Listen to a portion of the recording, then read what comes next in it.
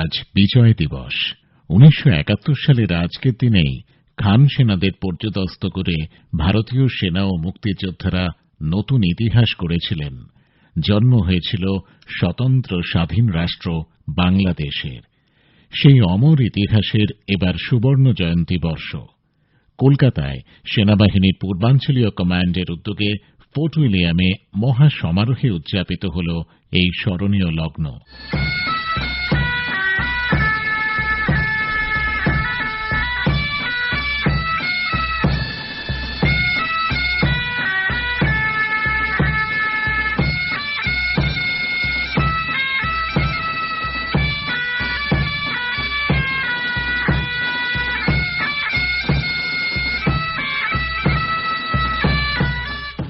এবারের উদযাপন আরো বিশেষ মাত্রা পেয়েছে একটি কারণে। অত্যাচারিত মানুষের চোখের মণিতে যিনি স্বাধীনতার স্বপ্ন এঁকে দিয়েছিলেন, বুকে ঢেলে দিয়েছিলেন হার না মানা স্পর্ধা। শোনো একটি মুজিবরের থেকে লক্ষ মুজিবরের কণ্ঠস্বরের ধ্বনি, প্রতিধ্বনি আকাশে বাতাসে ওঠে রনি। বাংলাদেশ আমার বাংলাদেশ, বাংলাদেশ আমার বাংলাদেশ। শোনো একটি মুজিবরের থেকে লক্ষ মুজিবরের কণ্ঠস্বরের ধ্বনি, প্রতিধ্বনি আকাশে বাতাসে ওঠে রনি। বাংলাদেশ আমার বাংলাদেশ, বাংলাদেশ আমার বাংলাদেশ। যার নেতৃত্বে অত্যাচারের আধার পেরিয়ে নতুন আলোর স্বর্ণদুয়ারে পৌঁছেছিল বাংলা, সেই শেখ মুজিবুর রহমানের জন্ম শতবর্ষ এবার। এবারের সংগ্রাম আমার মুক্তির সংগ্রাম, এবারের সংগ্রাম স্বাধীনতার সংগ্রাম। আমার 25 তারিখে অ্যাসেম্বলি কল করেছে, রক্তের দাগ শুধায় নাই। আমি 10 তারিখে বলে দিয়েছি যে ওই শহীদের রক্তের উপর যে পাড়া দিয়ে আজ কৃষিতে মুজিবুর রহমান যোগদান করতে পারে না। জয় বাংলা। এই বিশেষ দিনটিতে একদিকে যেমন ভারতীয় সেনা ও মুক্তিযোদ্ধাদের শৌর্য ও অসম সাহসিকতার বীরগাথা মুখে মুখে ফেরে, তেমনি স্মরণ করা হয় অমর শহীদ জওয়ানদের।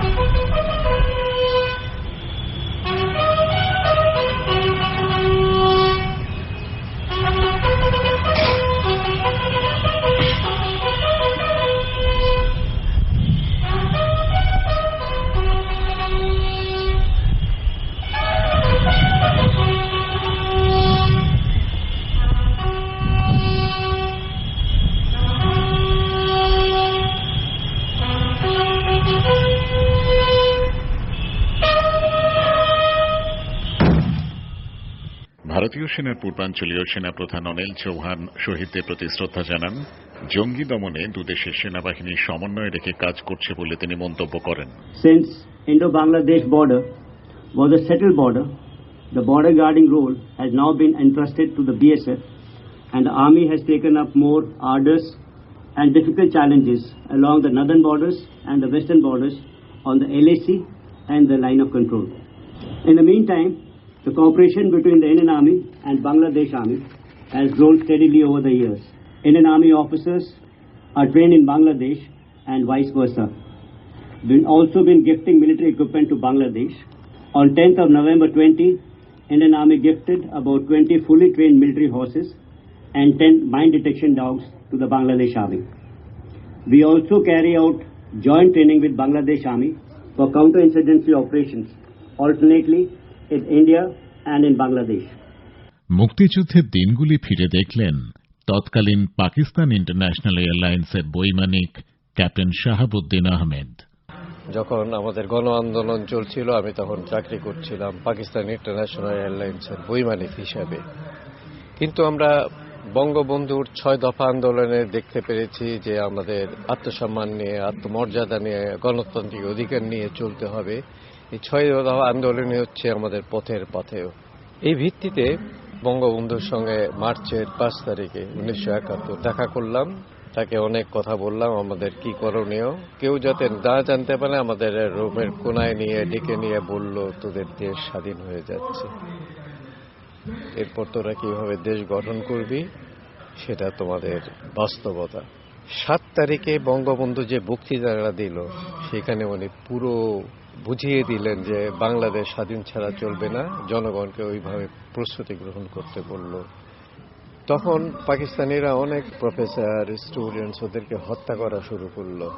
অবশ্যই 16 তারিখে তারা বাধ্য হলো, জেনারেল মানেকশর তার যে নির্ধারিত নির্দেশ মেনে আত্মসমর্পণে রাজি হলো। তেজগাঁও বিমানবন্দর, যেটা ঢাকায়, ওখানে অবতরণ করার পর জেনারেল মানেকশর দেখি পাকিস্তানি জেনারেল নিয়াজিকে নিয়ে আত্মসমর্পণ করে নিয়ে আসছে।